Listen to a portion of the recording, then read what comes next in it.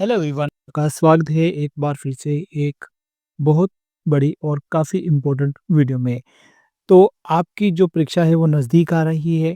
फरवरी 2026 मार्च 2026 में आपके एग्ज़ाम शुरू हो रहे हैं। तो आप सभी को टेंशन है कि हमारा जो एग्ज़ाम होगा वो कैसे क्लियर करें, कैसे हम तैयारी करें, कैसे हम टॉपर बनें। तो आज की जो वीडियो है वो काफ़ी इम्पोर्टेंट होने वाली है आप सबके लिए। तो आपको बहुत सारी चीज़ें जो हैं वो हम आपको बताने वाले हैं कि आप टॉपर बन जाएँ। चाहे आप क्लास में कैसे भी स्टूडेंट हैं, चाहे टॉपर हैं, चाहे एवरेज हैं, चाहे नॉर्मल हैं, तो भी आप जो है वो हाईएस्ट मार्क्स जो है वो ले सकते हैं। तो आपको कौन-सी स्ट्रैटेजी यूज़ करनी है, कौन-सी स्ट्रैटेजी आपको अपनानी है जिससे कि आप कोई भी परीक्षा है, चाहे वो बोर्ड की परीक्षा है, चाहे वो नॉन बोर्ड की परीक्षा है, आप उसमें 90% से या 100% मार्क्स जो है वो ले सकते हैं। तो मैं कोशिश करूँगा पूरे आपको जो जानकारी प्रोवाइड करूँ, टिप्स, ट्रिक्स बताऊँ, तो जिससे कि आप अपना जो एग्ज़ाम में तैयारी है वो कर सकें। तो वीडियो को पूरा ज़रूर देखिएगा, समझिएगा। जो भी मैं आपको टिप्स ट्रिक्स बताऊँगा तो कोशिश है कि आप टॉपर जो है वो ज़रूर बन जाएँगे। तो चलिए वीडियो को आगे बढ़ाते हैं। तो यहाँ पर हम अगर बात करें बोर्ड के एग्ज़ाम या नॉन बोर्ड के एग्ज़ाम के बारे में, तो वो मार्च मंथ में या फरवरी मंथ में होते हैं। बट एग्ज़ाम से पहले हमें जो अपनी है वो तैयारी करनी है। तो अभी कुछ मंथ ही रह चुके हैं, दिसंबर है, जनवरी है, फिर आपके एग्ज़ाम शुरू हो जाएँगे। तो उसके लिए आपको टॉपर बनना है। तो आप अगर क्लास में टॉपर नहीं हैं, तो ये मायने नहीं रखता है कोई भी।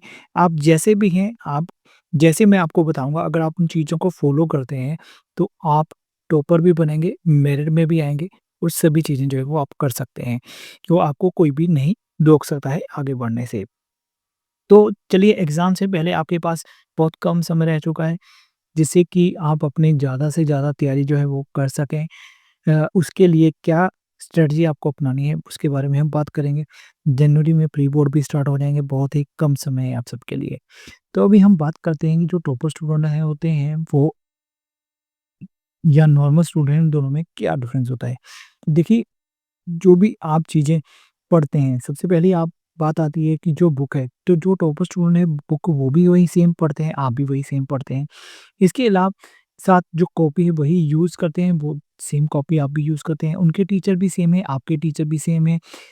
पेपर उनको भी सेम आएगा, आपको भी पेपर सेम आएगा। तो दोनों में फिर क्या डिफ़रेंस है? क्योंकि चीज़ें तो सभी सेम-सेम हैं। तो फिर फ़र्क क्या पड़ता है? कुछ स्टूडेंट टॉप में आ जाते हैं, कुछ स्टूडेंट टॉप में नहीं आते। तो वही चीज़ें आप अब हम आपको क्लियर करेंगे। तो देखिए आपके मन में कुछ क्वेश्चन्स होंगे, काफ़ी कमेंट्स भी आते हैं कि अभी कुछ समय रह गया तो हम अपनी पढ़ाई को पूरा कैसे करें? क्या हमें दिन-रात पढ़ना पड़ेगा? हमें बहुत टेंशन हो रही है, हमें क्या करना चाहिए, क्या नहीं करना चाहिए? खेलना बंद करना चाहिए, मोबाइल बंद कर देना चाहिए? हमें क्या चीज़ें करनी चाहिए और क्या नहीं करनी चाहिए? काफ़ी सारे आपके मन में डाउट हैं। तो हम टर्न बाय टर्न सभी टॉपिक आपके साथ डिस्कस करेंगे। सबसे पहला हमारा जो टॉपिक है वो है सिलेबस को पूरा करना और अपनी स्पीड को बढ़ाना। तो देखिए, कोई भी एग्ज़ाम होता है तो उसमें जो पेपर आता है वो सारा सिलेबस में आता है। तो आपको अपना सिलेबस जो है वो पूरा करना होगा। तो अभी आपकी स्टडी चल रही है, अभी कुछ टाइम है, तो अगर आपका सिलेबस पूरा नहीं है तो आपको कोशिश करनी है कि हम अपना जो सिलेबस है उसको कंप्लीट कर लें। क्योंकि अगर आपका सिलेबस कंप्लीट नहीं होगा तो आपका ध्यान सारा जो फ़ोकस होगा वो सिलेबस कंप्लीट करने में लग जाएगा और आपने एग्ज़ाम की आप तैयारी नहीं कर सकते हैं।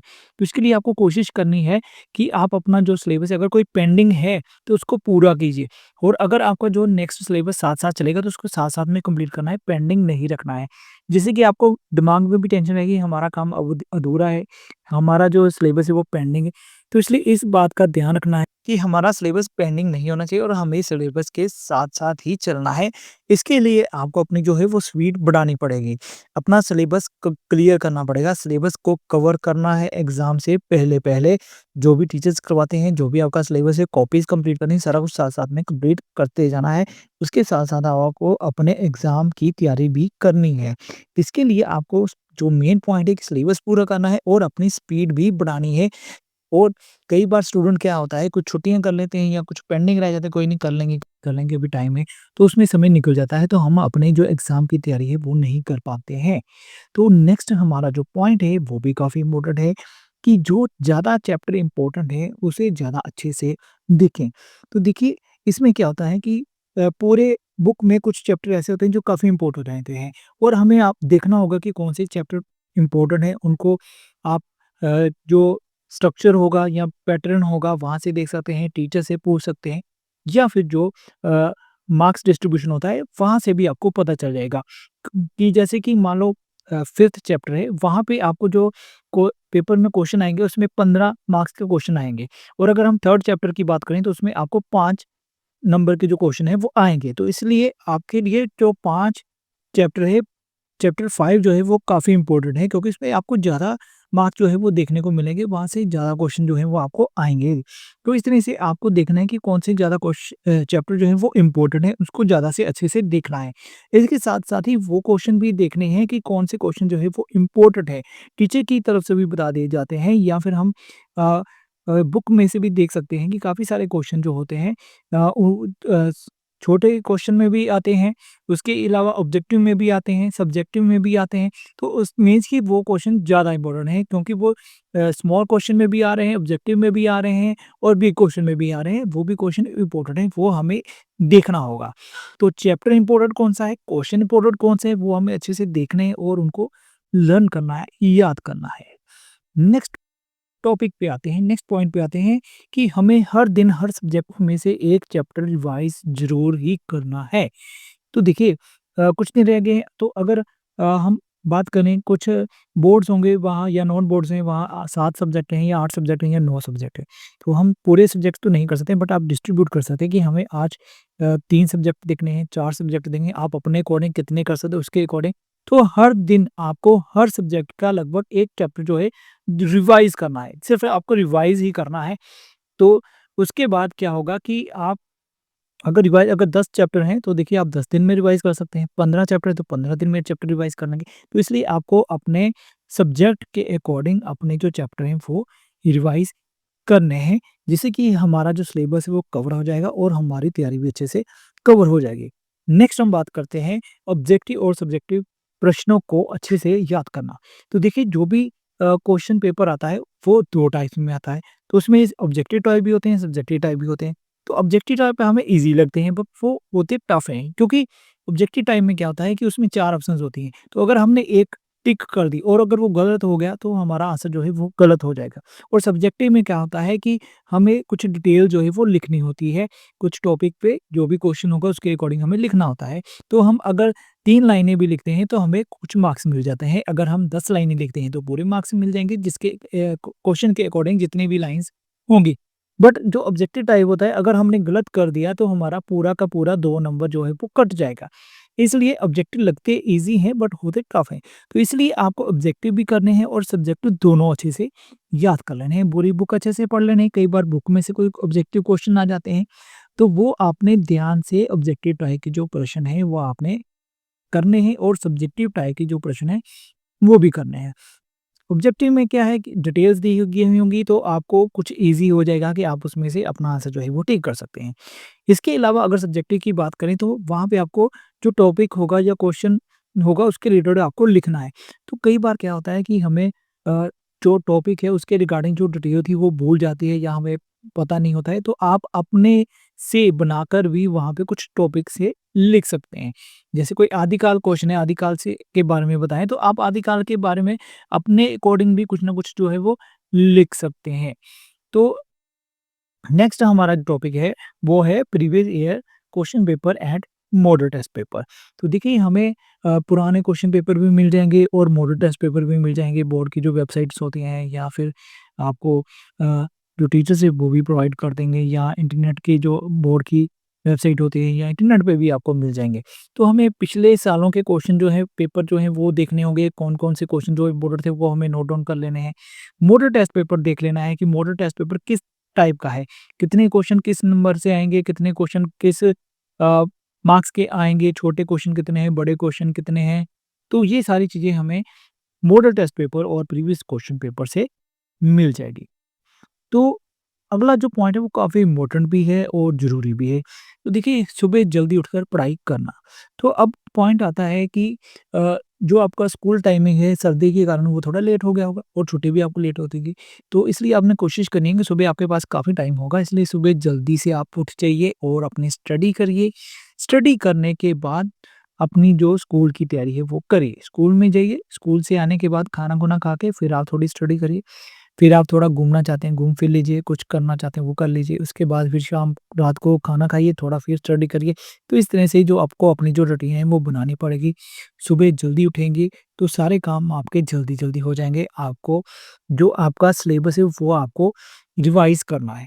जो आपके चैप्टर हैं वो आपको रिवाइज़ करने हैं। तो इसके लिए आप अपना एक स्ट्रेटजी बनाइए कि आपको डेली एक टॉपिक ले लेना है, उसको आपने रिवाइज़ करना है सब्जेक्ट को। उसके बाद नेक्स्ट आपको कौन-सा सब्जेक्ट रिवाइज़ करना है, इस तरह से आप अपना एक शेड्यूल बना लीजिए। ताकि आपको ईज़ी रहे कि हमने कौन-कौन से टॉपिक जो हैं या कौन-कौन से सब्जेक्ट या टॉपिक या चैप्टर जो है वो कंप्लीट करते जाना है या कर लिए हैं या करने हैं नेक्स्ट। तो ये चीज़ें आप सारी चीज़ें नोट डाउन कर लीजिए और सुबह जल्दी उठकर पढ़ाई करनी शुरू कर दीजिए। नेक्स्ट है ज़्यादा से ज़्यादा लिखने की प्रैक्टिस करना। तो देखिए, अब बात आती है अगर आपने तैयारी कर ली, सब कुछ कर लिया और अगर आप एग्ज़ाम में थोड़े ढीले हैं, आपको लिखना नहीं आ रहा, आपकी स्पीड नहीं है, तो आपके मार्क्स अच्छे नहीं आएँगे। इसके लिए आपको क्या करना पड़ेगा, ज़्यादा से ज़्यादा लिखने की प्रैक्टिस करनी है, ताकि 3 घंटे में आप अपना जो पेपर है वो पूरा कर लें और कोई भी क्वेश्चन अधूरा ना रह जाए, इसको कंप्लीट ज़रूर करें। इसके लिए आपको ज़्यादा से ज़्यादा लिखने की प्रैक्टिस करनी है, प्लस आपको अपनी राइटिंग भी साफ़ रखनी है। अगर आपकी राइटिंग गलत होगी, सॉरी गंदी होगी या साफ़ नहीं होगी, तो आपको अच्छे पॉइंट नहीं मिलेंगे। 2 चीज़ें करनी है, ज़्यादा से ज़्यादा लिखने की प्रैक्टिस करनी है और अ, अच्छी राइटिंग जो है वो आपने लिखनी है। अब ज़्यादा लिखने की प्रैक्टिस आप कैसे कर सकते हैं? आप अपना जो टॉपिक है, जो आपने कुछ याद किया है, उसको लिखिए। तो लिखने के साथ क्या होगा, लिखते-लिखते आपको वो क्वेश्चन भी याद हो जाएगा और आपकी जो स्पीड है वो भी बन जाएगी। ये चीज़ भी आप ध्यान में ज़रूर रखिएगा। अब बात आती है हम थोड़ा कंक्लूज़न की तरफ बढ़ रहे हैं, तो घूमना थोड़ा बंद कर दें। घूमने का मतलब है कि जैसे आप अ, घर में बैठे हैं, कोई काम नहीं है, कहीं चले गए, घूमने चले गए, जैसे लड़के हैं, कोई बाइक पे ही निकल गए, कहीं पे भी निकल गए या किसी रिलेटिव के ही चले गए या किसी रे घूमने-फिरने के लिए चले गए 3-4 दिन के लिए, तो ये चीज़ें थोड़ी कम कर दीजिए। अगर कोई ज़रूरी फ़ंक्शन है या कोई ज़रूरी काम है, तो ही आप वहाँ पे जाइए, रहिए। तो अगर आपके फ्रेंड के साथ भी जाना है, तो अगर ज़रूरी है तो फिर जाइए। तो बिना मतलब कि या बिना फालतू के घूमना थोड़ा कम कर दीजिए। यही समय रह गया है, आप अगर घर में रहेंगे, स्टडी कर पाएँगे, घूमने-फिरने रहेंगे जाएँगे तो आप स्टडी नहीं कर पाएँगे। तो ये चीज़ का आपने थोड़ा ध्यान रखना है। उसके बाद लास्ट जो पॉइंट है वो है अवॉइड सोशल मीडिया। तो आजकल सभी सोशल मीडिया यूज़ करते हैं, हम आदी हो चुके हैं सोशल मीडिया के, इसके बिना नहीं रह पाते हैं। स्कूल जाने से पहले, स्कूल आने के बाद हम सोशल मीडिया यूज़ करते रहते हैं। देखिए सोशल मीडिया यूज़ कीजिए, बट जहाँ पर आपको बेनिफिट मिले। यानी कि अगर आपने स्टडी करनी है, आपको कोई टॉपिक चाहिए तो आप अपना सोशल मीडिया यूज़ करिए, वहाँ से आप सर्च कर लीजिए, नेट पे सर्च कर लीजिए, गूगल पे सर्च कर लीजिए, यूट्यूब पे सर्च कर लीजिए। तो इस तरह से अपना जो सोशल मीडिया है उसको एजुकेशन के लिए यूज़ करें, ना कि किसी और काम के लिए यूज़ करें। ऐसे करने से अगर आप सोशल मीडिया ज़्यादा यूज़ करेंगे तो आप हो सकता है जो भी स्टडी की है आप सोशल मीडिया करेंगे तो आपका ध्यान वहाँ पे कन्वर्ट हो जाएगा। तो इसलिए कोशिश करिए कि सोशल मीडिया से थोड़ी दूरी बना के रखें। बाकी अगर आप कुछ देर ज़्यादा स्टडी कर लेते तो माइंड रिलैक्स करने के लिए कभी-कभी थोड़ा यूज़ भी कर सकते हैं, इसकी कोई इश्यू नहीं होगा या कोई प्रॉब्लम नहीं होगी। तो देखिए मैंने आपको अ, समझाने की पूरी कोशिश की है कि आप अपना सिलेबस कैसे कवरेंगे करेंगे, टॉपर कैसे बनेंगे, मेरिट में कैसे आएँगे, 90% से अबव मार्क्स कैसे लाने हैं। देखिए जैसे मैंने जो चीज़ें आपको बताई हैं, अगर आप उसको 100% फ़ॉलो करते हैं, गारंटी है कि आपके 100% मार्क्स जो है वो ज़रूर आएँगे। देखिए, मैं अपने जो स्टूडेंट को भी हमेशा यही कहता हूँ कि कोई भी स्टूडेंट जो है वो नालायक नहीं होता है, सभी स्टूडेंट जो है वो इंटेलिजेंट होते हैं। सिर्फ़ एक चीज़ होती है कि कुछ स्टूडेंट जो है वो स्टडी पर ज़्यादा ध्यान देते हैं, तो वो टॉपर बन जाते हैं। कुछ स्टूडेंट जो है वो थोड़ा नॉर्मल ध्यान देते हैं, तो जिसके कारण उनके नंबर जो है वो कम आते हैं। बट माइंड सभी के पास है, दिमाग सभी के पास है, अब आपके ऊपर डिपेंड है कि आप उसको कितना यूज़ करते हैं। जितना ज़्यादा यूज़ करेंगे, उतनी ही आपको जो प्रोग्रेस है वो देखने को मिलेगी। बाकी कमेंट सेक्शन में ज़रूर लिखिएगा कि आपको कितने परसेंट जो है वो मार्क्स चाहिए, 70% चाहिए, 80%, 90%, 100% कितने मार्क्स चाहिए। इसके अलावा अगर आपको वीडियो अच्छी लगी है तो लाइक कर देना, चैनल में नहीं है तो सब्सक्राइब कर लेना ताकि नेक्स्ट और भी इस तरह की जो इन्फॉर्मेशन वाली वीडियो है या एजुकेशनल जो वीडियो है वो आपको देखने को मिलेंगी। इसके अलावा अगर आपका कोई टॉपिक है, उस पर वीडियो चाहिए तो आप हमें कमेंट सेक्शन में ज़रूर लिखिएगा, हम उसके रिगार्डिंग जो वीडियो है वो आपको बना के देंगे। तो चलिए आज की इस वीडियो को यहीं खत्म करूँगा। जल्दी मिलूँगा नेक्स्ट वीडियो में, तब तक के लिए गुड बाय। जय हिंद।